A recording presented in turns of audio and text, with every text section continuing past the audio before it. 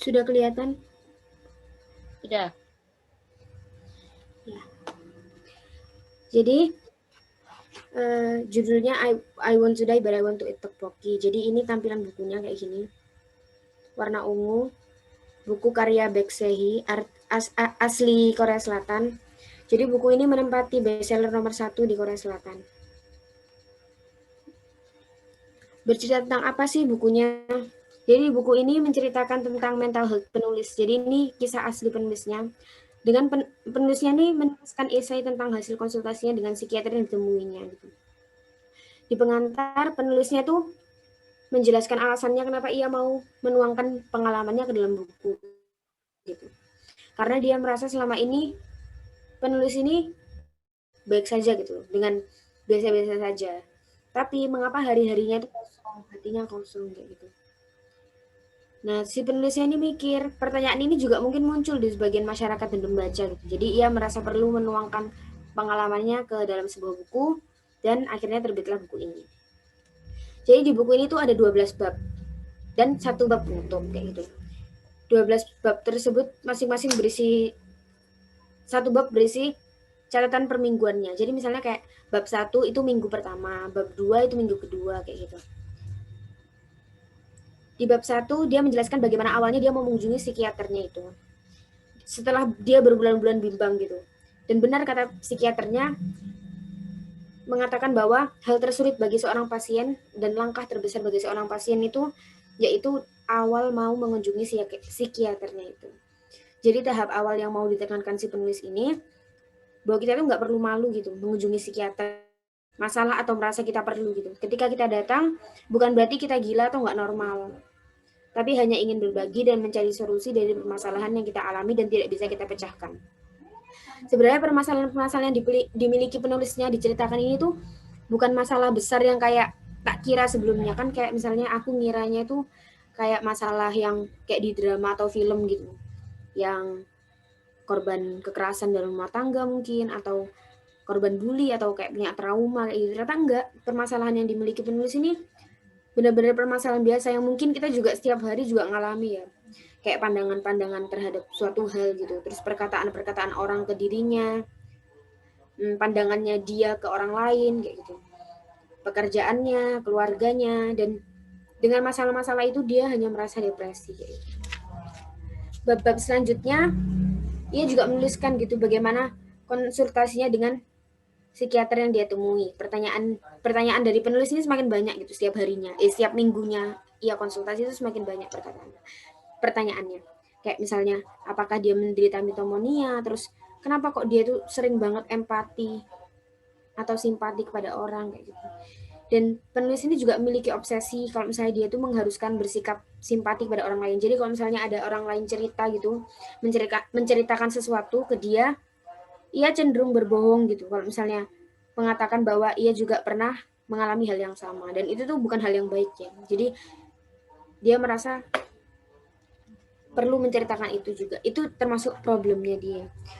Tak lupa penulis juga menuliskan banyak hal yang selama ini terjadi di hidupnya, masalah-masalah biasa dan merasa masih mengganjal gitu. Kayak misalnya pekerjaannya, habis itu kegiatannya sehari-hari, habis itu temannya.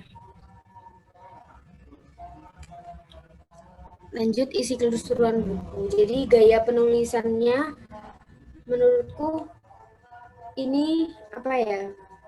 Sebenarnya bagus, cuman gaya penulisannya ini hanya berisi percakapan dengan dirinya dan si, si psikiaternya. Jadi mungkin bagi seberapa bagian orang itu merasa bosan karena ini buku terjemahan, jadi menurutku terlalu baku dan banyak banyak istilah-istilah dokter yang nggak kita ketahui gitu. Lanjut kelebihannya. Menurutku kelebihan pertama yang paling menonjol sih judul ya, karena judulnya tuh yang buat aku pengen beli bukunya dan sinopsisnya. Terus kedua topik yang diangkat kan mental health atau mental illness kan kayak kan pengalaman penulis. Jadi ini kisah nyata gitu.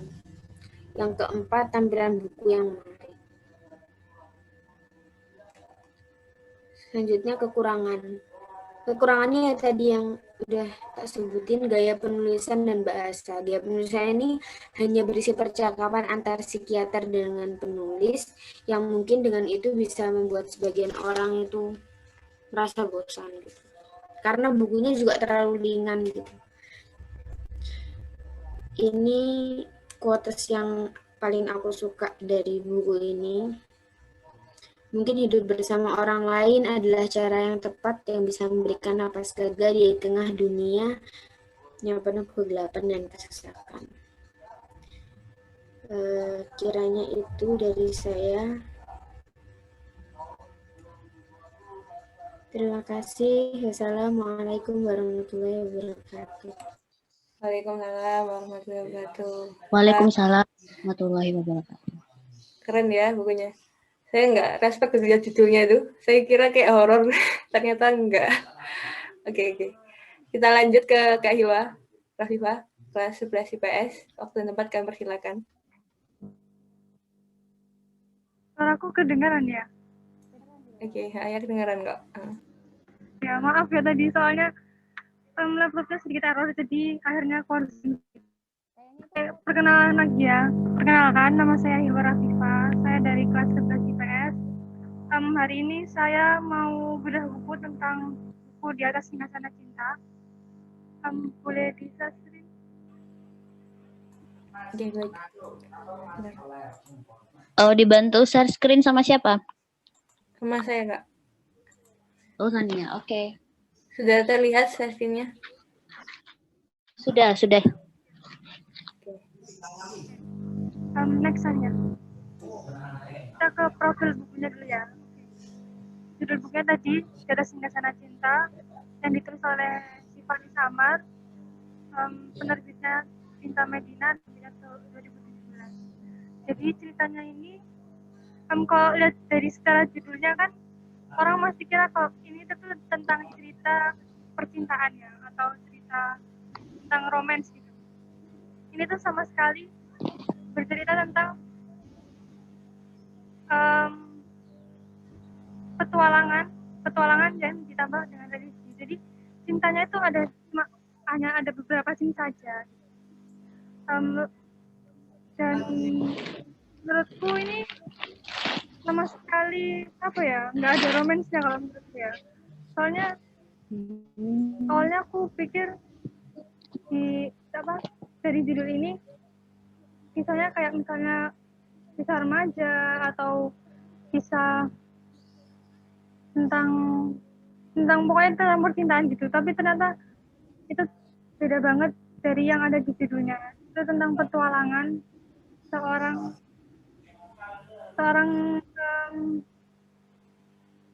bisa dibilang seorang yang sedang mencari keluarganya gitu. Next-nya.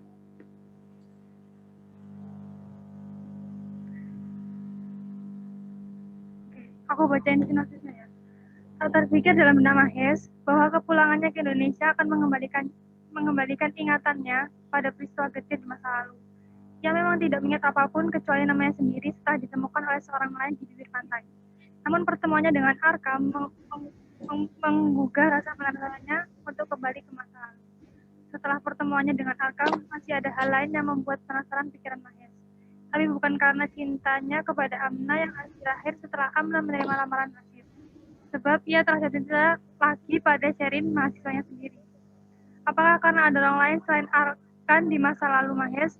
Lalu bagaimana kelanjutan cinta Mahes dan Sherin? Ini suaraku terputus nggak? Enggak, terdengar kok. Benar. Jadi kalau dari sinopsisnya kan juga kayak menceritakan tentang cinta gitu ya. Ini tuh waktu dibaca, aku baca itu cintanya tuh hanya ada beberapa scene aja gitu loh. Hanya ada beberapa di bab aja, dan selebihnya itu tentang dia nyari keluarganya karena dia masa lalu kecilnya itu kan. Kayak lanjutannya. Kelebihannya yang pertama, menyajikan sebuah petualangan yang tidak terduga.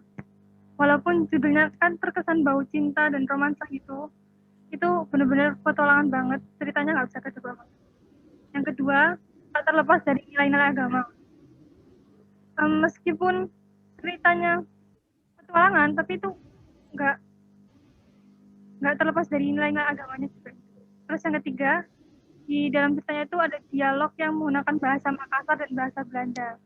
Jadi di dalam ceritanya tuh benar-benar bantu apa buat kita kayak tahu gitu loh, bahasa Belandanya untuk menyapa, bahasa Makassarnya untuk menyapa. Tapi tenang aja, pasti ada translate-nya di bawah halaman tadi itu. Lanjut Sania. Nah, untuk kelemahannya yang pertama, alurnya yang membuat yang membuat membaca sedikit merasa kecewa, karena yang aku bilang dari awal tadi, dikit banget yang nyinggung soal cinta dan berkaitan dengan daripada novel romantis dan religi, novel ini lebih ke petualangan tadi. Terus yang kedua, banyak hal yang kurang detail dan oke. Sekian dari saya. Ya, ada satu kata,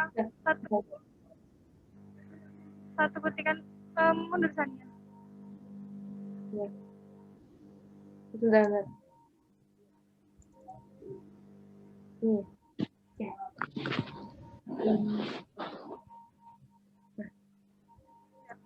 Itu ada. Jika kau percaya ada suatu masa di mana Tuhan akan menjawab harapan.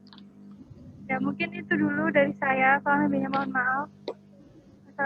IPA, saya di sini mau membedah buku yang berjudul Lockwood & Co. Jadi bukunya ini adalah buku serial, dan yang akan saya bedah di sini yaitu buku seri keempatnya yang berjudul The Creeping Shadow atau Bayangan Mengendap. Saya akan menjabarkan sedikit isi ceritanya. Jadi secara garis besar, cerita Lockwood & Co ini berlatar di London pada sekitar tahun 2000-an. Kalau yang dari saya lihat isi bukunya itu, lalu yang diceritakan itu bukan London yang biasa seperti di dunia real life ini, tapi London yang ada sebuah wabah yang sedang terjadi di sana. Wabahnya itu adalah wabah hantu, jadi banyak kasus-kasus warga Inggris pada saat itu. Nah, di sini tuh disebutnya sebagai masalah atau problem. Lalu, karena kemunculan masalah itu, ada banyak agensi-agensi hantu yang bekerja khusus untuk memburu hantu-hantu itu, melayani klien-klien yang punya masalah dengan para hantu yang meneror itu. Dan salah satu yang menjadi tokoh utamanya itu yaitu sebuah agensi kecil yang bernama Lockwood & Co.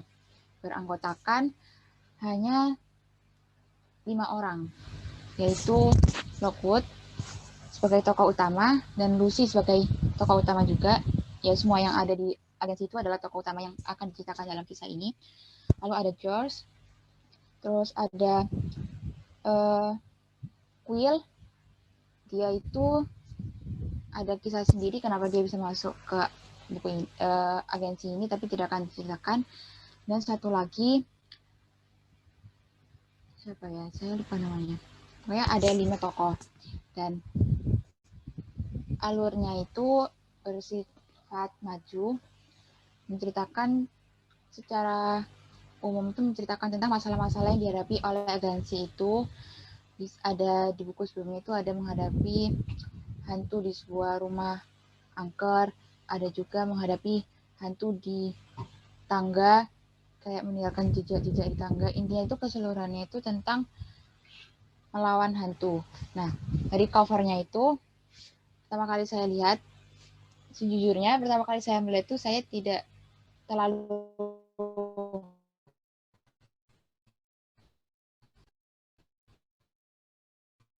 tertarik dengan covernya, tentang horor gitu, ya seperti ini. Nah, saya kira itu full horor, tapi karena rekomendasi teman, akhirnya saya coba baca dan ternyata fokus ceritanya itu bukan di hantunya, tapi tentang agensi itu melawan hantunya, jadi lebih ke arah fiksi, fantasi gitu. Itu. Lalu bukunya itu buku terjemahan, jadi gaya bahasanya itu tersusun rapi, tertata, dan enak dibaca. Terjemahannya itu bukan terjemahan yang perkata gitu, sepertinya terjemahannya itu memang berkualitas, jadinya enak dibaca bukunya. Terbitan Gramedia Pustaka Utama, buku aslinya terbit masih baru-baru aja 2016 dan diterjemahkan 2017. Tebalnya itu sekitar, tadi saya ukur sekitar 3 cm, total halamannya ada 496 dan tingginya 20 cm. Lalu kalau tampilan bukunya itu tulisannya tidak terlalu kecil ya, jadi bukunya itu mudah dibaca dan enak dibaca, dan setiap babnya itu ada sedikit ilustrasi, jadi tidak terlalu bosan saat membaca bukunya dan lumayan tergambar. Nah, gaya penulisannya itu seperti yang saya bilang tadi tuh enak dibaca dan rapi, dan karena buku ini juga termasuk sastra, jadi bahasanya itu agak berat tapi juga ringan gitu. Bagaimana ya namanya? Bukunya itu mudah dicerna, tapi kata-kata itu kayak membuat kita, wah keren ya bukunya, kayak gitu. Nah, kelebihannya adalah yang membuat saya senang dengan buku ini tuh karena series, jadi kelanjutan ceritanya, jadi cerita tentang tokohnya itu nggak cuma satu aja tapi berlanjut terus, dan itu menarik sekali untuk diikuti. Dan seperti yang saya bilang tadi itu sebenarnya saya nggak tertarik, dan begitu dikasih rekomendasi teman, saya baca dari buku 1 itu keterusan sampai buku terakhir, yaitu buku kelima.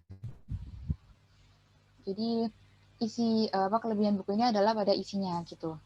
Dan walaupun bukunya tentang pemburu hantu ya, ini tidak luput dari humor-humor dari para tokohnya.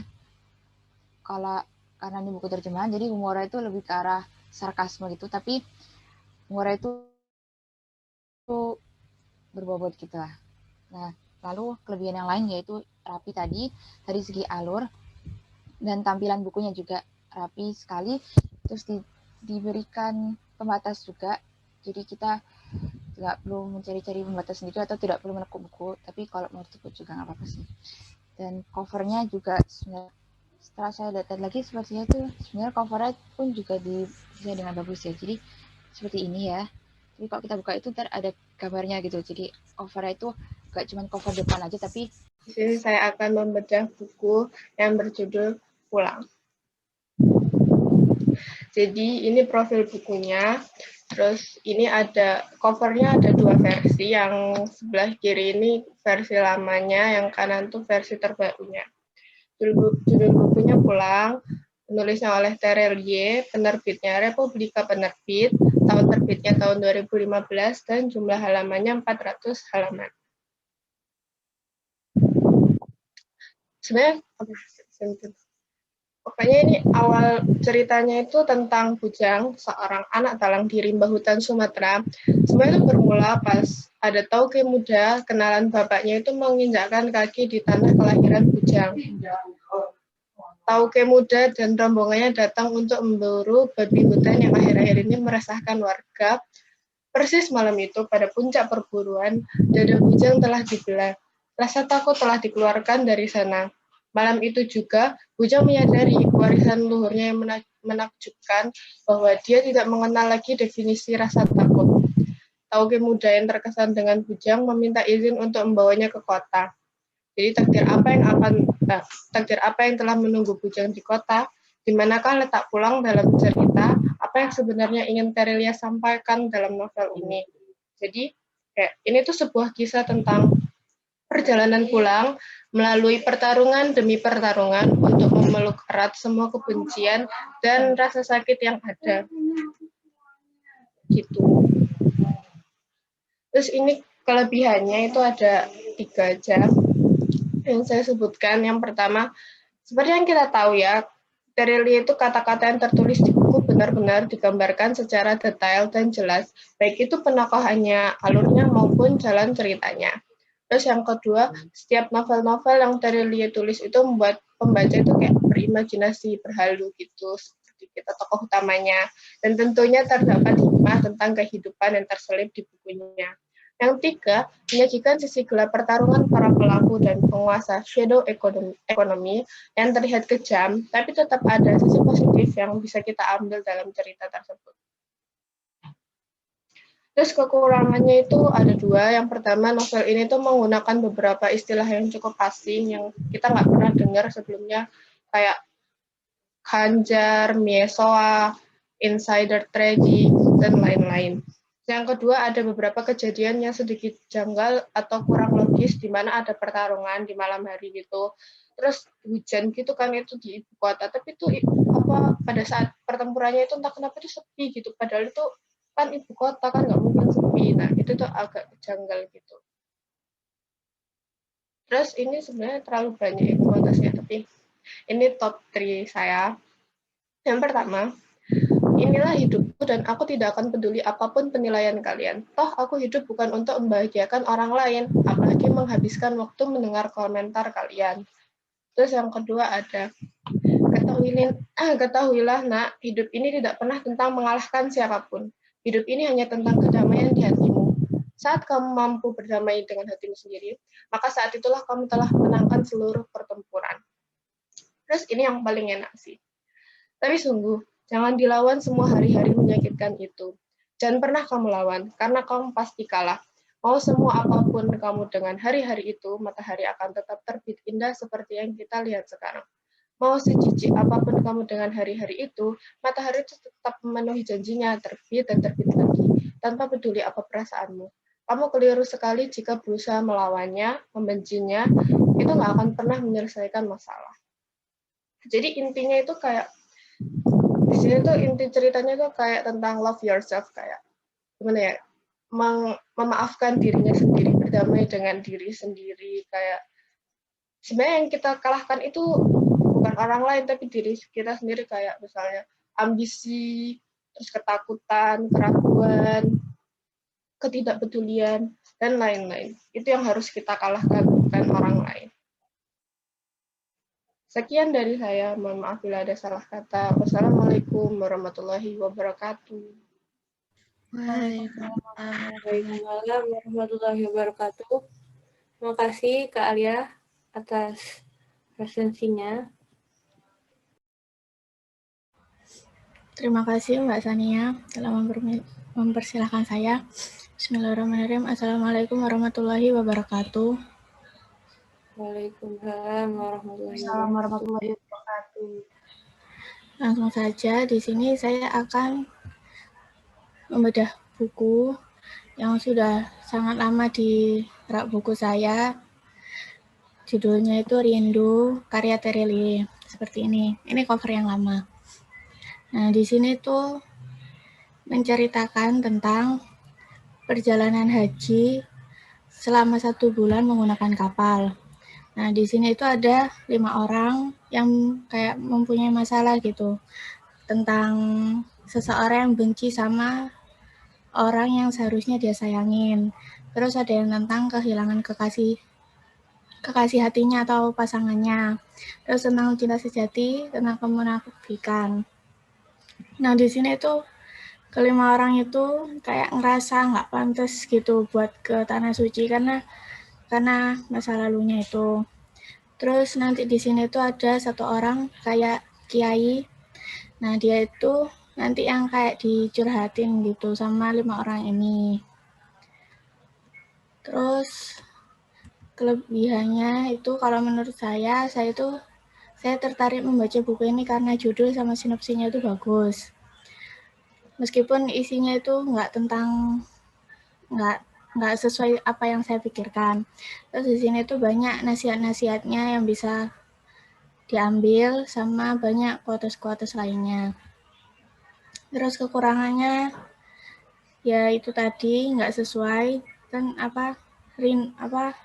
judul sama sinopsinya itu kayak menceritakan tentang kayak LDR atau tentang pasangan gitu, ternyata perjalanan haji gitu. Terus di sini tuh mungkin covernya ini cover yang lama, kurang menarik perhatian. Jadi banyak orang yang ngerasa kayak paling ceritanya bosan, juga tebal banget gitu, 500-an halaman. Mungkin orang-orang kelihatan kayak enggak gitu, kurang menarik perhatian.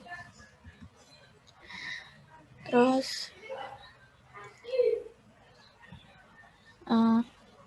ada satu quotes yang saya sukai di sini. Isinya itu, buka lembaran baru, tutup lembaran yang pernah tercoret. Jangan diungkit-ungkit lagi, jangan ada tapi, dan tapi. Tutup lembaran yang tidak menyenangkan itu. Apakah mudah untuk melakukannya? Tentu saja tidak mudah. Tapi jika kita bersungguh-sungguh, jika kita berniat teguh, kita bisa memulai melakukannya. Mulailah hari ini dan mulailah detik ini. Sekian dari saya. Mohon maaf bila ada salah kata. Wassalamualaikum warahmatullahi wabarakatuh. Sudah terlihat. Assalamualaikum warahmatullahi wabarakatuh. Waalaikumsalam warahmatullahi wabarakatuh.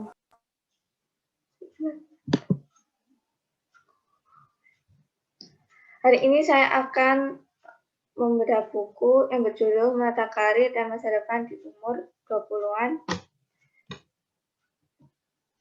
Jadi identitas bukunya, penulisnya Ju Yung Kim, tahun terbitnya 8 Juli 2020, penerbit Gramedia Pustaka Utama, jumlah halaman 232 halaman.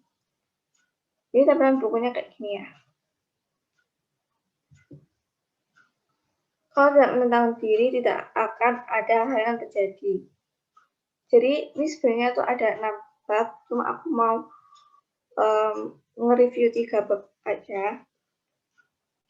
Jadi di bab itu juga ada poin-poinnya juga banyak. Jadi aku di sini juga nggak jelasin banyak, cuma poin-poin yang penting. Yang pertama, adakah mimpi yang harus diwujudkan?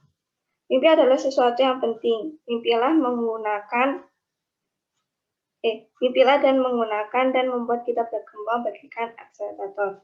Coba pikirkan hal yang Anda sukai dan pelajarilah secara sistematis. Dengan begitu, suatu saat Anda akan menemukan mimpi Anda. Lebih cepat kita menetapkan mimpi, lebih baik. Karena itu berarti lebih cepat pula kita dapat memulai mengejar mimpi. Terus, target yang bagus adalah target yang detail. Jadi, setelah menetapkan target untuk mewujudkan mimpi, Anda harus membentuk target tersebut. Yang ketiga, mimpi yang semakin jelas bagaikan sinar yang terang. Membicarakan mimpi kepada semua orang mungkin hal yang memalukan, namun apabila Anda menahannya dalam diri Anda dan tidak mengatakannya pada orang lain karena malu, mimpi itu hanya akan memudar. Yang keempat, tentukan panutan Anda dan jadikan tolak ukur. Saat menentukan mimpi dan target, juga harus menentukan siapa panutan Anda. Sangat penting untuk menemukan seorang yang dapat menjadi kompas bagi mimpi. Kompas itulah yang akan membawa melewati jalan pintas menuju mimpi. Ini karena menggunakan panutan sebagai acuan dengan menjadi sikap, perbuatan, dan sisi positif mereka sehingga dapat melangkah lebih dekat dengan mimpi. Terus yang kedua, orang yang memiliki waktu bisa menggapai semuanya.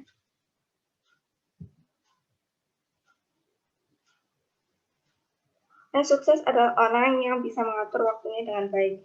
Tidak ada pengecualian untuk hal ini. Sekarang bagaimana orang hebat seperti mereka mengatur waktunya? Jawaban Victor Hugo, Winston Churchill dapat menghasilkan sesuatu yang hebat dengan waktu yang sama. Masing-masing dari mereka menghabiskan waktu dengan cara yang berbeda. Tetapi mereka memiliki kesamaan, yaitu menganalisis pekerjaan mereka dan menggunakan waktu secara disiplin. Yang kedua, membuat jadwal. Bagaimana cara yang benar? Di sini cara membuat jadwal ada 2, yaitu forward scheduling, yaitu menggunakan keadaan saat ini sebagai dasar dan memperkirakan pencapaian target berdasarkan proses perbagian. Cara kedua adalah backward scheduling, yaitu menggunakan masa depan sebagai dasar dan menghitung mundur untuk menentukan proses secara terbalik. Yang ketiga, ubahlah waktu senggang menjadi waktu yang menakjubkan. Jadi di sini kita juga harus memanfaatkan waktu dengan baik. Terus yang ketiga, kehidupan ditentukan dari kebiasaan.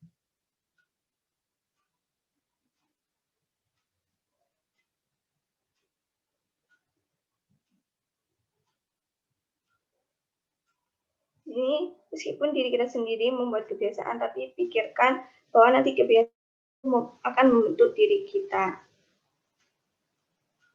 Terus yang kedua, saat Anda menyerah, saat itulah Anda gagal.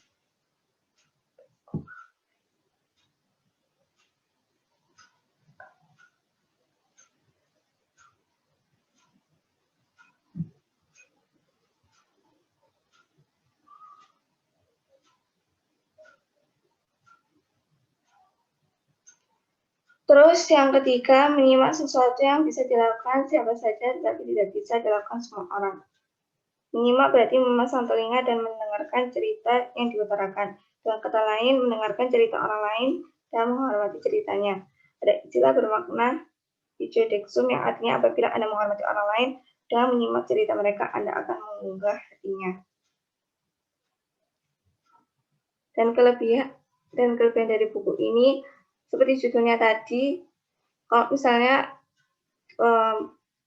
buat umur 20-an, tapi buku ini juga bisa dibaca oleh para remaja seperti kita yang ingin mengetahui bagaimana cara mengidentifikasi serta menyusun target dan impian hidup. Yang kedua, mengatur waktu dan membentuk kebiasaan baru. Yang ketiga, meningkatkan keterampilan dan mengembangkan relasi.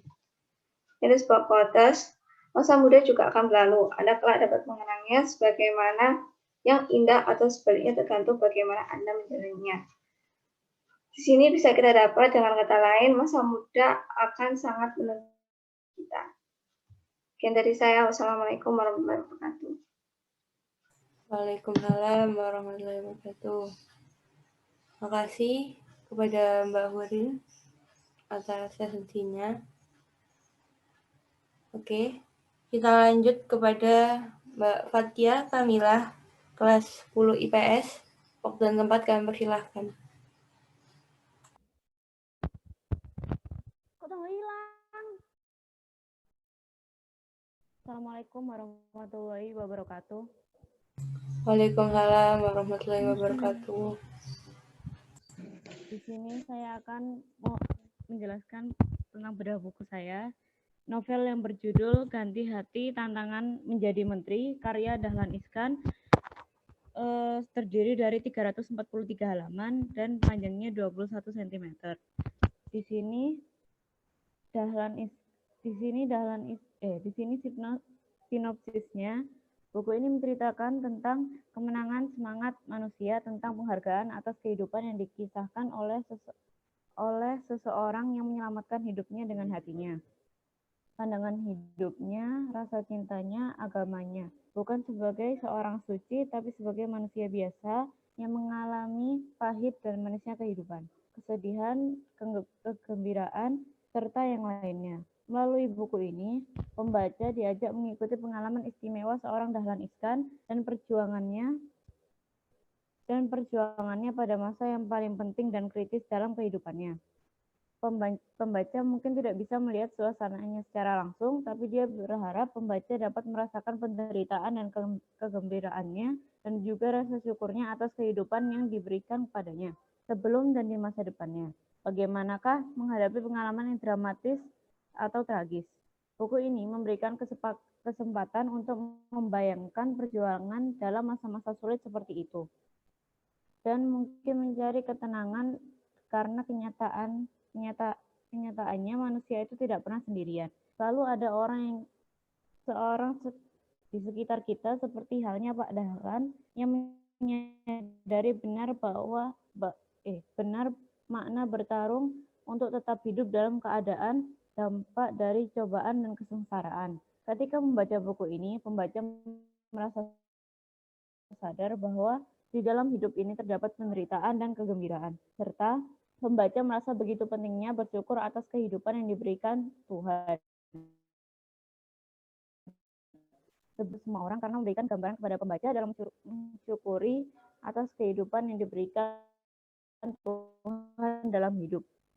Di buku ini Dahlan Iskan pulang pergi demi kesehatannya ke negara lain untuk pengobatannya, dan pada akhirnya dapat terselamatkan dengan mengganti hati.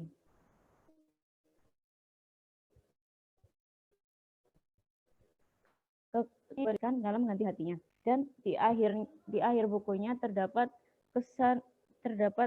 halaman berwarna cerita tentang Dahlan Iskan ketika akan mengganti hatinya, dan terdapat komentar para pengikut Dahlan Iskan. Kekurangannya hanya pada sampulnya, gambarnya tidak terlalu jelas, gambar Dahlan Iskannya. Dan buku ini tidak terlalu tebal. Yang 1/3 buku ini adalah bagian terakhirnya. Yang memiliki impian besar, menyatukan seluruh wilayah Mongolia dan berjanji dengan seorang syekh. Novel ini bertemakan fiksi dengan diilhami oleh sejarah dan adanya unsur religi. Menceritakan bahwa berjanji itu tidak semudah yang terucap dan penuh perjuangan untuk menepatinya. Sang penulis juga menyelipkan banyak hikmah dalam keluargaan dan banyak makna kehidupan dalam serangkaian cerita. Kemudian sinopsisnya mengisahkan seorang kaisar penguasa Mongolia yang bernama Tukuluk Timurkhan yang memiliki cita-cita besar mempersatukan kembali wilayah Mongolia yang terpecah belah kala itu. Kemudian ia bertemu dengan seorang syekh, Jamaluddin, yang saat itu sedang berkelana di sekitar wilayah kekuasaannya. Dengan syekh, kaisar berjanji bahwa ia akan menjadi muslim dan mereka akan bertemu kembali setelah berhasil mewujudkan cita-cita tersebut. Namun, syekh merasa risau karena usianya udah tua dan tidak yakin mereka dapat bertemu kembali dalam waktu lama. Kaisar akhirnya berjanji pasti akan menemuinya, entah dia ataupun salah satu dari ketiga putranya. Waktu lama berlalu, ketika Mongolia semakin kuat dan melebarkan wilayahnya, nama Tukuluk Timurkhan disebut banyak orang dan dibuat segan. Namun ada yang dibuat khawatir oleh permaisuri Ilkata, jadi dia ini merupakan istri sang kaisar, khawatir tentang perselisihan dari ketiga putranya tentang warisan tahta.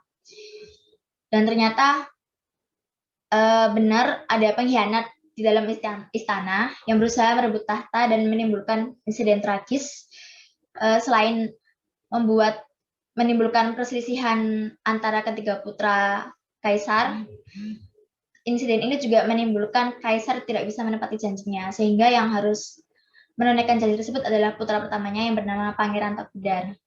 Itu semua dilalui dengan perjalanan yang jauh dan berat, namun juga mengandung makna yang dalam. Jadi novel ini itu nanti menceritakan tentang perjalanan Pangeran Takudar menunaikan janji dari ayahnya itu, dari kaisar tadi. Kelebihan dari buku ini, yang pertama, kisahnya menarik karena mengambil konsep cerita fiksi yang diilhami dari perjalanan sejarah. Jadi ceritanya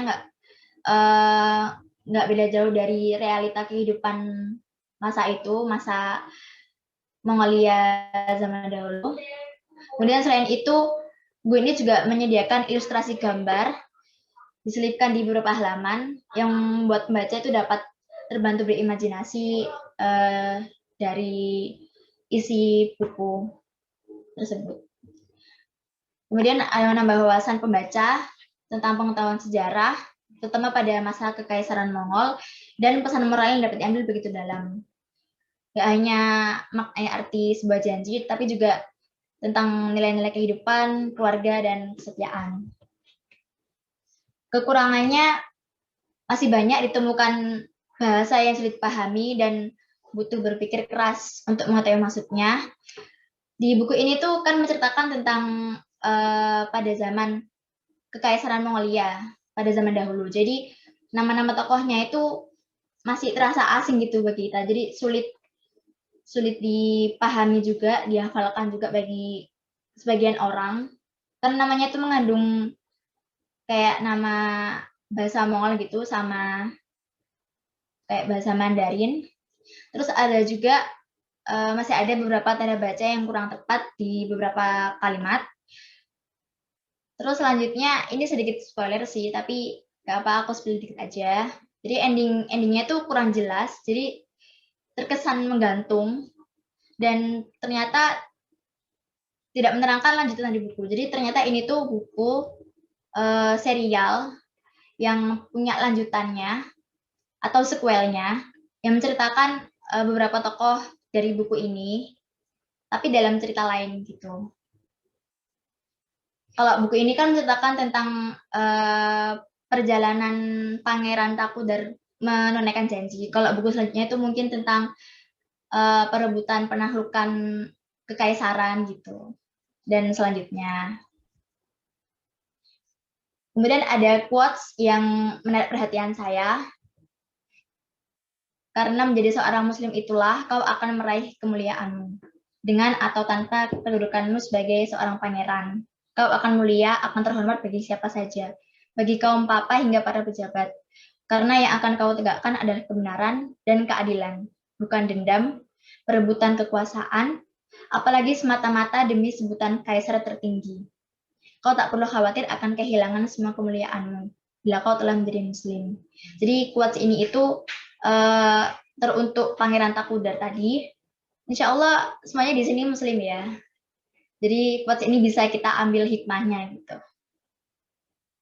Yang terakhir, saya mungkin bisa menyimpulkan kalau novel ini tuh memiliki cerita yang menarik karena mengambil konsep fiksi dari sejarah, diambil dari sejarah, kemudian ceritanya itu masih dibilang masuk akal gitu. Selain itu juga menambah wawasan kita akan pengetahuan sejarah, terutama pada masa Kekaisaran Mongolia, dengan pesan moral yang dapat diambil yang nggak hanya tentang perjuangan panjang seseorang mencari impian, tapi juga tentang perjuangan menepati sebuah janji. Gitu. Jadi kesimpulannya, saya merekomendasikan novel ini karena ceritanya menarik dan alurnya cukup mudah untuk dipahami. Khususnya bagi kalian yang suka sama sejarah, pencinta sejarah ini dijamin pasti bakal suka kalau baca cerita ini. Sekian yang bisa saya sampaikan. Mohon maaf bila ada kesalahan. Terima kasih. Assalamualaikum warahmatullahi wabarakatuh. Waalaikumsalam warahmatullahi wabarakatuh. Terima kasih Kak Nisa atas presensinya ya. Sangat bagus. Oke, kita lanjut kepada Mbak Talita Faiza Azhara, kelas 11 IPS. Waktu dan tempat kami persilahkan. Baik, terima kasih atas waktunya yang telah diberikan. Sebelumnya, Assalamualaikum warahmatullahi wabarakatuh. Waalaikumsalam warahmatullahi wabarakatuh. Di sini saya akan mereview sedikit ya tentang salah satu novel yang paling saya suka, yaitu Cinta dalam 99 Namamu. Jadi biar lebih lengkapnya saya izin share screen sebentar ya.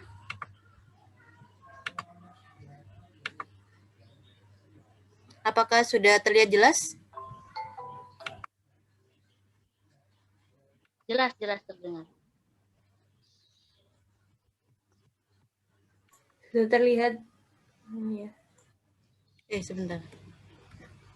Nah, buku ini identitasnya yaitu judulnya Cinta dalam 99 Namamu. Penulisnya itu Asma Nadia. Penerbitnya Republika, tahun terbitnya pada tahun 2018 dengan cetakan terbarunya yang saya dengar berita waktu itu dengan tebal buku kurang lebih 305 halaman. Harganya cukup terjangkau, 65.000 bisa mendapatkan buku yang berisi quotes cocok untuk kalian yang para bucin, pecinta cinta romantis tapi tetap berbau Islam. Oke, selanjutnya sinopsisnya tuh kurang lebih tuh Arum seorang anak bisa dibilang anak yang dijaga overprotective oleh orang tuanya karena dia juga anak tunggal, hidup dalam keluarga kaya. Dia tuh sering cekcok sama ibunya. Ibunya itu juga seorang dokter, tapi bapaknya itu seorang penjaga sipir penjara. Nah, kan pasti kan terjadi kejomplangan yang sangat jauh, jadi kan sering cekcok orang tuanya, sehingga dia itu milih tinggal di rumah kontrakan sambil mendidik dan menampung anak jalanan. Sehingga setelah berpisah dan tinggal di kontrakan, ia tetap saja memiliki ujian hidup. Seperti dia sudah 3 kali lolos dari sel kanker yang menggerogoti tubuhnya. Tapi saat keempat kalinya, dia diuji dengan jatuh hati kepada seorang lelaki namanya Alif. Mereka bertemu pertama kali di sebuah mall saat Alif tidak sengaja menabrak Arum saat beli-beli ayam buat makan anak-anak jalanan yang dia tampung itu. Lalu pertemuan yang ketiga itu bertemu saat menemui ayahnya yang seorang sipir di penjara. Nah, si Alif ini kan istilahnya kan bisa dibilang troublemaker gitu, sering membuat onar. Lalu pertemuan selanjutnya juga ketemu habis keluar dari tahanan. Alif sendiri adalah pemuda yang sebenarnya memiliki perasaan yang lembut. Namun karena kehilangan sosok seorang ibu, ia menghadapi guncangan yang cukup sulit. Ayahnya, ya tentu saja tidak bisa menggantikan sosok ibunya. Sehingga dia tergabung dalam geng mural, sampai bertemu dengan Arum sendiri. Sementara Arum itu wanita yang kuat, penuh semangat, berbagi kasih sayang untuk anak jalanan terutamanya. Dia membuka matanya untuk kembali mendekat pada nama 99 namanya. Kesamaan dalam memeluk 99 namanya menyatukan keduanya, mengubah makna di balik 99 namanya menjadi semangat hidup. Begitulah cinta yang seharusnya disemai tetap dalam ridhonya. Nah, kelebihan dari novel ini tuh yang pertama mengangkat seputar Asmaul Husna, sehingga pembaca diharap dapat menerapkannya di kehidupan sesungguhnya. Karena menurut saya nih bisa dibilang novel kayak gini tuh jarang gitu, menyangkutkan tentang asma-asma Allah. Terus yang kedua itu memiliki quotes yang menarik tiap babnya. Nah, salah satu contohnya quotes yang paling saya suka ya. Saya bacakan salah satu ini. Bunga tetap bunga dan matahari pun begitu embun pagi yang mempertemukan keduanya. Sementara senja menyatukan dalam kenangan. Jadi tiap quotesnya tuh kayak banget gitu. Kayak ada bisa di-feel-kan sendiri gitu. Terus yang terakhir itu sampul bukunya unik, menarik. Dari gambar kupu-kupu sendiri nih bisa dibilang memiliki filosofi tersendiri. Tapi biasanya kalau gambar-gambar gini biasanya tersirat sih. Beda orang beda mengartikan gitu. Lalu selanjutnya mengajarkan kita tentang masalah apapun yang kita punya masalah itu kita tidak boleh bersuuzon terhadap takdir yang sudah ditentukan. Lalu yang kelima, novel ini menjelaskan bahwa sangat tidak pantas ketika kita memaknai cinta sekadar berdekatan dengan orang yang kita cintai malah membawa kita justru menjauh dari Allah gitu. Yang keenam, penulis mampu membuat pembaca turut menjadi tokoh di dalam cerita yang mengalami hal serupa di novel. Selanjutnya kekurangannya tuh yang pertama, jalan cerita terlalu membosankan. Jadi ada bagian partnya itu terlalu stagnan, nggak ada lonjakan emosi gitu, jadi kayak membosankan gitu. Lalu yang kedua, saat adegan Arum ditusuk oleh penjahat itu sedikit berlebihan. Rasanya seperti sinetron gitu ya.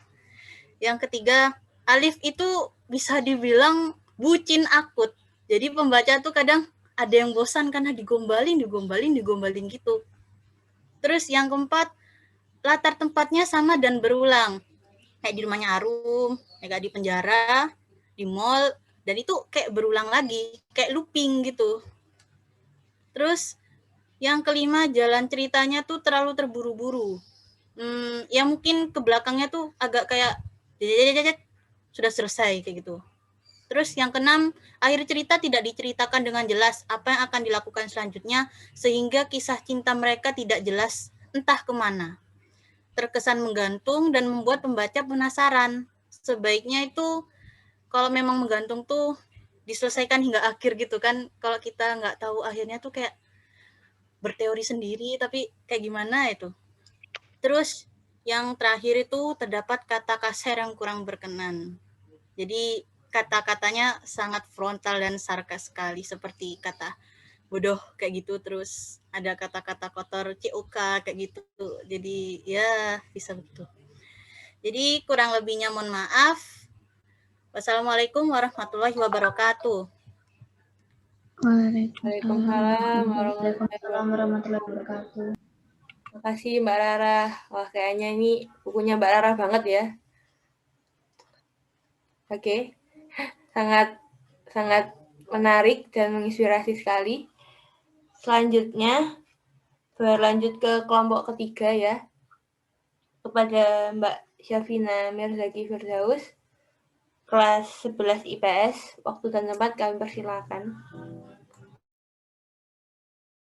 Baik, terima kasih atas waktunya Mbak Sania. Assalamualaikum warahmatullahi wabarakatuh. Waalaikumsalam warahmatullahi wabarakatuh. Saya dibantu share screen sama Sania ya.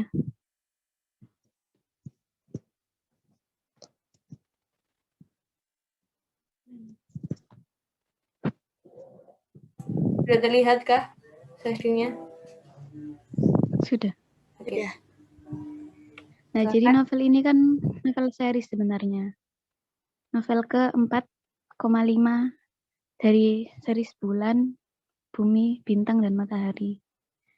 Nah, sebenarnya kalau nggak baca buku ini sih nggak apa-apa, tetap nyambung sama ke buku selanjutnya. Cerita ini cuma cerita tambahan aja, tapi saya suka bacanya karena perbedaannya itu kayak terlalu bikin kepo gitu loh. Buku ini diterbitin sama Gramedia Pustaka. Tebal halamannya 376 halaman dan tinggi 20 cm.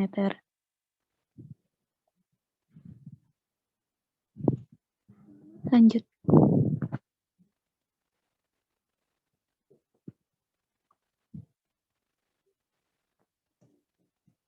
Ini sinopsis singkatnya Seros. Karena dua ceritanya beda, Seros dan Badzar. Jadi yang Seros ini sendiri itu menceritakan awal mulanya mereka yang pergi ke karya wisata. Lalu karena Ali membawa suatu benda yang bisa memiliki sensor kalau ada situs kuno gitu di dalam bawah tanah yang mereka kunjungi. Jadi akhirnya mereka memeriksa tempat itu dan lalu keluar ke karya wisatanya dan masuk. Ketika tiba di sana, mereka bertarung. Meski tetap berlindung di dalam kapsul hingga akhirnya mereka keluar untuk bertarung karena dua monster berkepala badak itu terus mengamuk dan mengajar mereka.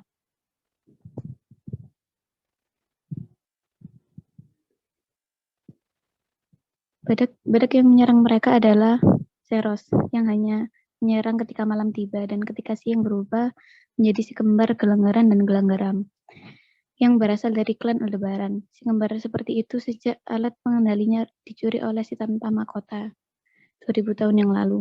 Dan alat itu adalah sarung tangan bumi yang dipakai Ali. Mereka tinggal di sana berhari-hari. Kesetiaan mereka teruji. Ali rela memberikan sarung tangan bumi kepada si kembar agar mereka dapat mengeluarkan Raib dan Sally. Raib dan Sally tentu saja menolak keputusan Ali.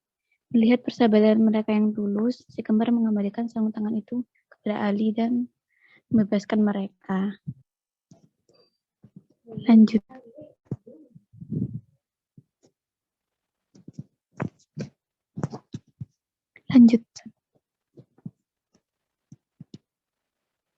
Tania. Nah, kalau yang Batozar ini, jadi setelah kejadian itu kan mereka pulang. Nah, beberapa bulannya ada video menarik tentang kayak ada berita gitu loh di sebuah kota yang Sally, Raib, Ali tinggali itu, ada sebuah UFO terbang di atas situs kuno terkenal menjadi viral. Dan Raib pikir pesawat UFO itu adalah Ili, kapsul terbang yang dimiliki Ali. Namun Miss Helena menjelaskan bahwa kapsul itu adalah dari penjara Klan Bulan. Miss Helena itu gurunya Sally, Raib, sama Ali. Tanpa sengaja mereka bertemu dengan Batozar di salah satu sebuah rumah makan. Mereka mengikutinya tanpa sempat berbincang dengannya. Hari berikutnya, Ali menyusun rencana dan menempelkan alat pelacak sehingga keberadaan Batozar serta prototip diketahui. Dan Miss Helena serta beberapa pasukan bayangan Klan Bulan berusaha menangkap Batozar.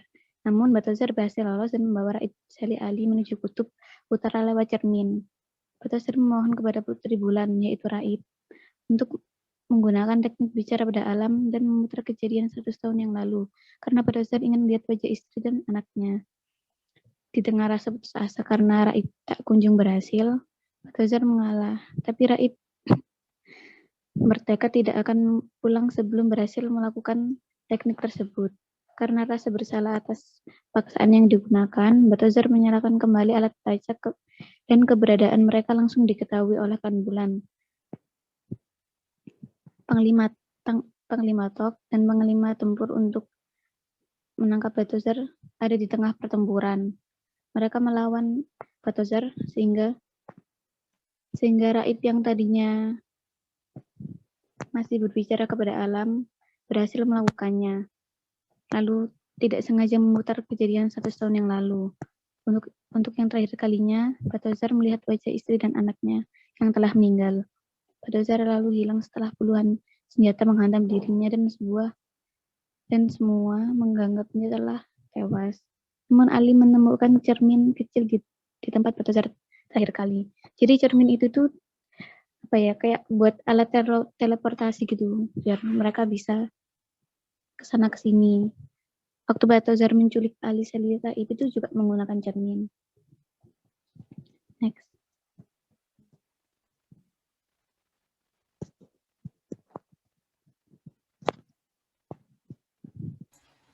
Sudah terlihat? Kelebihan novel ini tuh petualangan yang bagus banget dan menebarkan seorang 3 sahabat di dunia paralel dengan imajinasi penulis yang luar biasa. Bukan hanya ceritanya yang seru, dan terdapat selipan beberapa pelajaran hidup seperti kesetiaan, ketulusan, kekuatan, dan persahabatan. Lanjut.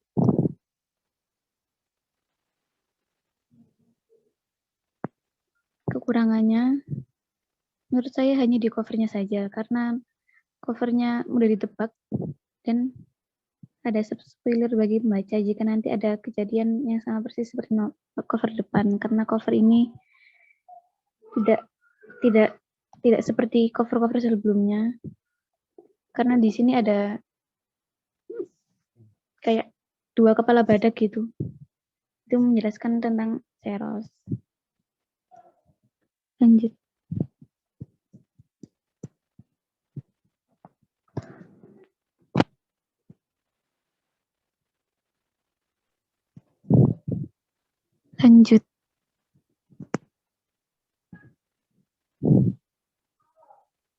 Rekomendasinya, menurut saya ini cocok untuk semua kalangan umur, terutama usia remaja di antara 12-24 tahun. Tapi kalau sebenarnya di buku ini tuh usianya tuh buat 13 tahun ke atas. Tapi nggak apa-apa sih kalau kelas 6 sudah bisa baca buku ini. Dan di dalam buku ini tuh ada bahasa, makanan, dan guyonan khas remaja Indonesia. Buku ini sangat menarik, imajinatif, keren, inspiratif, dan ada motivasi banyak yang terkandung dalam novel ini. Lanjut.